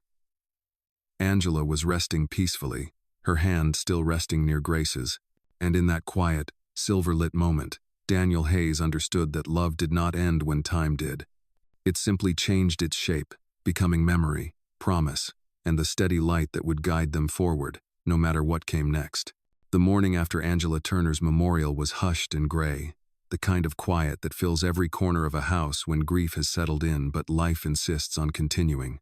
Daniel Hayes stood at the kitchen counter of his apartment, watching the steam rise from a cup of coffee he had forgotten to drink. Grace Turner sat at the dining table, her backpack open, colored pencils scattered across the wood. She was drawing again, something she did whenever words were too small for what she felt. On the page, a single tree stood beside a lake. Two figures were beneath it, holding hands, and above them, in uneven letters, she had written, "The lake house where love never leaves." Daniel swallowed hard. That is beautiful, Grace, he said quietly. She looked up. Her eyes were red, but steady. It is where Mom is now. She said the lake is peaceful. Daniel nodded, sitting across from her. Yes, sweetheart. I think she is there, and she is proud of you. Grace reached for the blue pencil. I miss her voice, the way she said my name. No. He exhaled slowly. I miss it too. For a while they sat in silence. Then Grace looked up, determination brightening her small face. I want to keep building the foundation. Mom said it was for children who need hope. She wanted me to help. Daniel's voice softened. You already are helping, Grace. You are the heart of it. She blinked. But can we really do it without her? He hesitated, then leaned closer. We will do it for her. That is how we keep her with us. Grace nodded firmly, as if she understood something adults often forget, that love does not disappear. It transforms into purpose. That afternoon, they drove to the construction site of the new foundation center, the first project of the Second Chance Foundation. The old neighborhood where Angela once lived had begun to change. Cracked sidewalks were being replaced, walls painted fresh. Daniel had purchased the small abandoned lot at the end of Maple Street, the same place where Angela used to bring flowers to the fence. As they arrived, workers greeted him respectfully, stepping aside as Grace jumped out of the car. She looked around in awe at the half-built structure rising from the ground. The walls were lined with beams of new wood, the scent of sawdust sharp and alive in the air. Daniel knelt beside her, pointing toward the large sign at the entrance. "Look," he said softly. Grace tilted her head to read it. The words were painted in bold letters. The Second Chance Foundation, built in memory of Angela Turner. Below it, in smaller writing, were the words Grace had chosen herself. For every child who believes kindness can change the world. Her small hand reached for his. "She would like it," she whispered. "She would love it," Daniel replied. They walked through the open frame of what would soon be the main hall. Workers were setting tiles, painting walls, arranging windows. Grace stopped near a corner where sunlight streamed through the unfinished roof. "Can this be the art room?" she asked. "So kids can draw and paint when they are sad like I do?" Daniel smiled. "Yes, that is exactly what this room will be." Grace looked around, her eyes glowing. "It is going to be beautiful." Daniel felt something deep inside him, settle something that had been restless for years. "It already is," he said. Later, as they sat on a wooden bench near the site, Grace took out her sketchbook again. "Dad," she said, "do you think Mom can see this?" Daniel looked toward the sky, pale and cloud-streaked. "I do, Grace. I think she is right here, watching every piece come together." Grace drew for a moment, then showed him the page. It was a picture of the foundation as it would look when finished, surrounded by flowers and children smiling. "Then she knows it is working," Grace said. Daniel smiled, blinking away the tears that threatened to fall. "Yes, sweetheart, she knows." When evening came, the workers packed up, and the air turned cooler. Daniel and Grace stayed a little longer, watching the sunset behind the half-built building. The light turned the wooden beams gold, and for a moment, it looked as if the place itself was glowing. Grace leaned against his arm. "Dad, can we plant the flowers tomorrow? The yellow ones?" He nodded. "Yes, we will plant them right at the entrance, so everyone who walks in feels warmth before they even step inside." Grace smiled sleepily. "Then it will always smell like home." Daniel brushed a strand of hair from her face. "That is exactly what it will be. Grace, a home for people who need to remember what hope feels like." On the drive home, Grace fell asleep in the back seat, her hand still clutching her drawing. Daniel glanced at her through the mirror, his heart full of both ache and peace. He knew grief would never leave completely, but it no longer felt like darkness. It felt like the shadow of love that had been too strong to disappear. When they reached home, he carried Grace to her bed. As he tucked her in, she stirred slightly and murmured, "Dad, did you keep your promise to Mom?" Daniel bent close and whispered, "I am keeping it every day." She smiled faintly in her sleep. He stood there for a long moment, watching her breathe, then walked to the window. The city lights shimmered below, alive and restless. But the world inside this room was still and whole. Daniel Hayes closed his eyes and whispered into the quiet, "You were right, Angela. Love never leaves." Outside, the wind stirred softly through the trees, carrying the scent of rain and marigolds, a reminder that even after loss, life continues to bloom, one second chance at a time. Spring settled in gently, bringing a softer kind of light to the city. The air smelled of new beginnings of rain on fresh soil, of flowers daring to bloom again. For Daniel Hayes and his daughter, Grace Turner, life had begun to find a rhythm, quiet but full of purpose. Each morning, they drove together to the construction site of the Second Chance Foundation. The workers had come to know Grace by name. She greeted them every day with the same bright question, "How many more days until it is finished?" "Soon," they would answer with a smile. "Soon, Miss Grace." Ugh. On this particular morning, Grace carried a small box in her lap. Inside were the yellow marigold seeds she had saved from Angela's garden. She held the box as if it were made of glass. "Are these the same ones Mom planted?" she asked softly. Daniel nodded. "The very same. She wanted them to grow wherever kindness lived." Grace looked down at the seeds. "Then they belong here." When they arrived, the foundation was nearly complete. The front doors had been installed, and the smell of paint lingered in the air. The large windows reflected the sky, making the building look almost like it had been carved from light itself. Grace walked through the main hall, her shoes tapping softly against the new floor. She stopped beneath the mural that local artists had painted children holding hands beneath a tree by a lake. At the center of the mural, the words read, "The Second Chance Foundation, a place where hope begins again." Daniel stood behind her, his voice gentle. "Do you like it?" Grace nodded. "It feels like Mom is here. Look. The lake even shines like in my drawings." He smiled. "I asked the artist to use your drawings as inspiration." Her eyes widened in surprise. "You did?" "I did," he said. "This place was built by all of us." They walked outside to the garden, where the soil had already been tilled and marked for planting. Grace opened her box carefully and began to scatter the marigold seeds into the earth. Daniel knelt beside her, pressing his hands into the soil too. Grace whispered, "Do you think Mom can see us?" Daniel looked up at the sky, pale blue and endless. "I think she is the reason the sun feels so warm today." Grace smiled, her eyes glistening. "Then she is happy." When they finished planting, the workers gathered around. Daniel stood and thanked them for their hard work. "You did more than build a building," he told them. "You built a promise." That afternoon, they walked through the finished rooms. The art studio was filled with sunlight, the library smelled of new books, and the small kitchen gleamed with polished silver counters. Everywhere they went, Grace touched the walls, as if trying to memorize the feeling of her mother's dream turned real. In the main hall, Daniel stopped in front of a framed photograph hanging on the wall.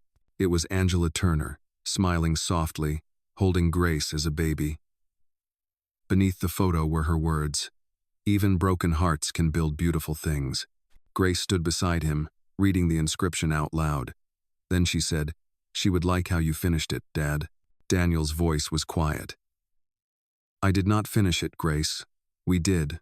That evening, the city gathered for the opening ceremony. The building glowed under string lights, and children from nearby schools came carrying small bouquets of yellow flowers. Reporters lined the walkway, though this time, their questions were kind. When it was time to speak, Daniel stood before the crowd, Grace beside him. He rested a hand on her shoulder and began. "Years ago, I thought success meant never looking back," he said. "But life has a way of reminding you that the things which matter most are often the ones you leave behind. This foundation exists because of one woman who never stopped believing that kindness can change a life, and because of one little girl who showed me that it already had." He paused, glancing down at Grace. She smiled up at him, steady and proud. "This building is not just made of walls and windows," he continued. "It is made of love that refused to disappear. It stands here today to remind us all that even in our darkest moments, we can begin again." The audience grew quiet. A breeze passed through the courtyard, carrying the scent of the marigolds that Grace had planted that morning. Daniel reached for the ribbon stretched across the entrance, handed Grace the scissors, and said softly, "You should do it." Grace looked nervous for a moment, then lifted the scissors and cut the ribbon cleanly. The crowd erupted into applause. "Welcome to the Second Chance Foundation," Daniel said, his voice full of pride. Grace whispered to him, "She saw that. I know she did." I think you are right," he replied. As the guests began to explore the building, Grace wandered into the garden, where the marigolds were just beginning to sprout. She crouched beside them, pressing her palms to the soil. "Grow strong," she whispered. "This is for her." Daniel watched from the doorway. In that moment, he realized that the true legacy Angela had left was not just a foundation or a story, it was the courage inside this small girl, a reminder that love and hope could survive anything. When the crowd began to leave and the lights dimmed, Grace came to stand beside him again. "Dad," she said softly, "the lake house in my dreams looks like this place now." Daniel looked at her with a faint smile. "That is because this is home now, Grace, and your mother built it through us." The stars began to appear above the city, glimmering over the new foundation. Daniel took his daughter's hand, feeling the warmth of her fingers and the quiet certainty of their shared promise. They stood there together, looking up at the night sky, two people carrying the same light forward, one gentle step at a time. The following weeks after the opening of the Second Chance Foundation passed in a quiet rhythm that felt almost sacred. The building came alive with sound, children's laughter echoing through the hallways, brushes tapping softly in the art room, the steady hum of hope rebuilding itself. Every morning, Daniel Hayes and Grace Turner arrived before anyone else. They unlocked the front doors together and walked through the halls that had once been just blueprints and dreams. Grace loved to start her day in the garden. The marigolds she had planted were blooming now, golden and bright against the green soil. She always greeted them the same way. "Good morning, Mom," she whispered, her small hand brushing over the petals. Daniel often watched from a few feet away, coffee in hand, his heart full and quiet. The sight of those flowers growing stronger each day reminded him of everything he had almost lost and everything he still had left to protect. Inside, Grace helped the volunteers set up art supplies for the children.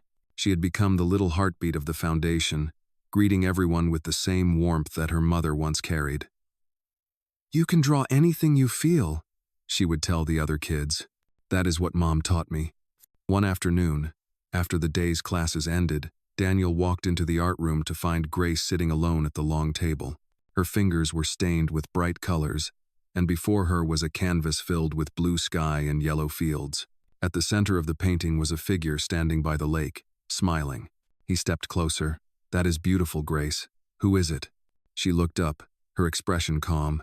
"It is Mom," she said. "I think she wanted to be near the flowers, so I painted her there." Daniel sat beside her, his voice soft. "She would love that."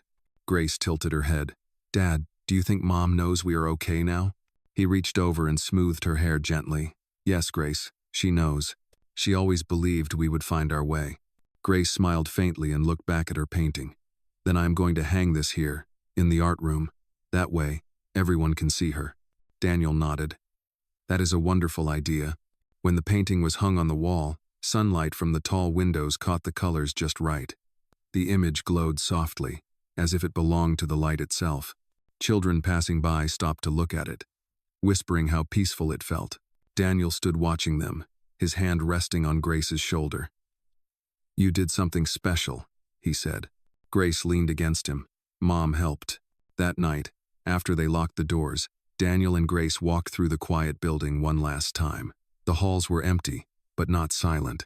There was a sense of presence in every corner, of laughter that lingered, of love that had refused to fade. As they stepped outside, the sky stretched wide above them, painted with stars. Grace looked up and whispered, "Good night, Mom." Daniel squeezed her hand gently and added, "Good night, Angela." And beneath that endless sky, father and daughter walked home together, carrying the light of the woman who had taught them both that even after goodbye, love still finds a way to stay. The morning after the opening of the Second Chance Foundation arrived bright and quiet. The city still buzzed with the story of the event, but inside Daniel Hayes' apartment, peace filled the air. Grace Turner sat by the window, her sketchbook open, sunlight glinting off her pencil as she drew. She was drawing the garden again, the marigolds, the children who had run through the halls the night before, and the tall figure of her father standing under the banner that read, "A place where hope begins again." When Daniel walked into the room with 2 mugs of hot cocoa, he paused to look at her drawing. "You captured everything," he said softly, "even the way the lights looked on the windows." Grace smiled. It felt like she was there, watching. Daniel nodded. "She was. I think she always will be." They sat together by the window, sipping cocoa, the city stretching out before them. For a while, they said nothing. It was a silence that did not hurt anymore. It was the kind that healed. Later that morning, they drove back to the foundation. Daniel had promised Grace that she could see the garden in the daylight, now that the marigolds had begun to sprout. When they arrived, the building shimmered in the morning Sunday. A small group of children were already there, laughing, chasing each other through the courtyard. Grace ran ahead, her sneakers splashing through a shallow puddle left by last night's rain. "Dad, look," she called. "They are growing." "Ugh." Daniel walked over and knelt beside her. The tiny shoots of marigolds had broken through the soil, reaching toward the light. He smiled. Your mother would have loved this. Grace brushed a bit of dirt from her hands. Then we will take care of them for her. Daniel looked around at the laughter echoing through the courtyard. That is exactly what we are doing. Oh? Inside the main hall, a few volunteers were organizing supplies for the first week of programs, art classes, literacy lessons, and counseling sessions. Daniel spoke briefly with them, making sure every detail was in place. Grace followed close behind, her eyes wide as she explored each new room. She stopped in front of a wall covered with photos. Some showed the construction process, others were of Angela smiling, painting, teaching. Beneath them was a single quote in her handwriting. Kindness is the bridge between what we lose and what we find again. Grace touched the glass gently. Dad, can we read this to the kids when they come tomorrow? Daniel's voice softened. Yes, sweetheart, I think she would like that. When they stepped back outside, the afternoon sun was high and golden. A reporter who had covered the opening event was waiting by the gate. She approached Daniel politely.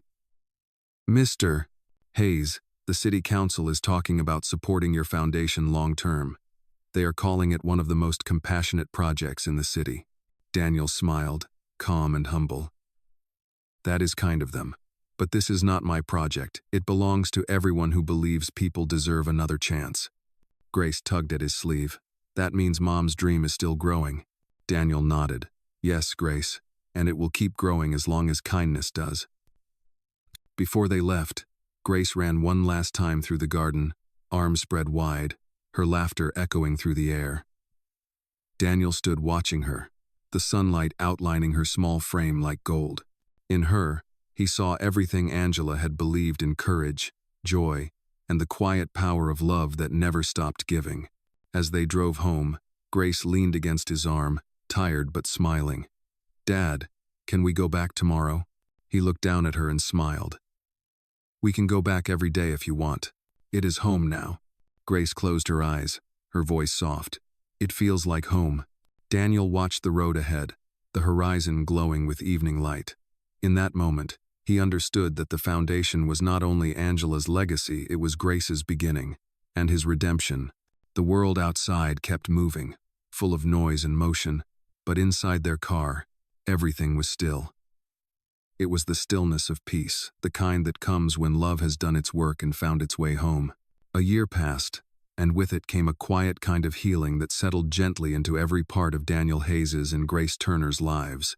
Seasons changed around them, each one leaving its mark: the spring blossoms outside the foundation's windows, the golden warmth of summer afternoons, the steady calm of autumn, and now, the crisp breath of winter returning once again.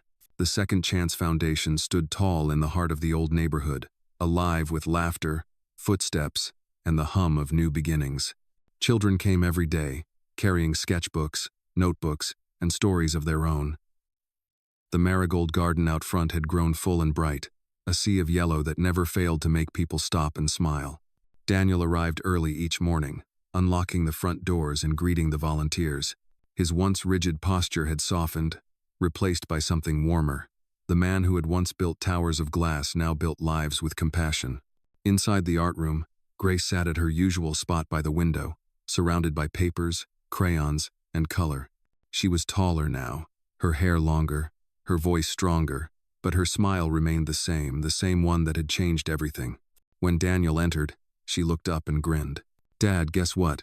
He leaned against the doorframe, pretending to think. Let me see.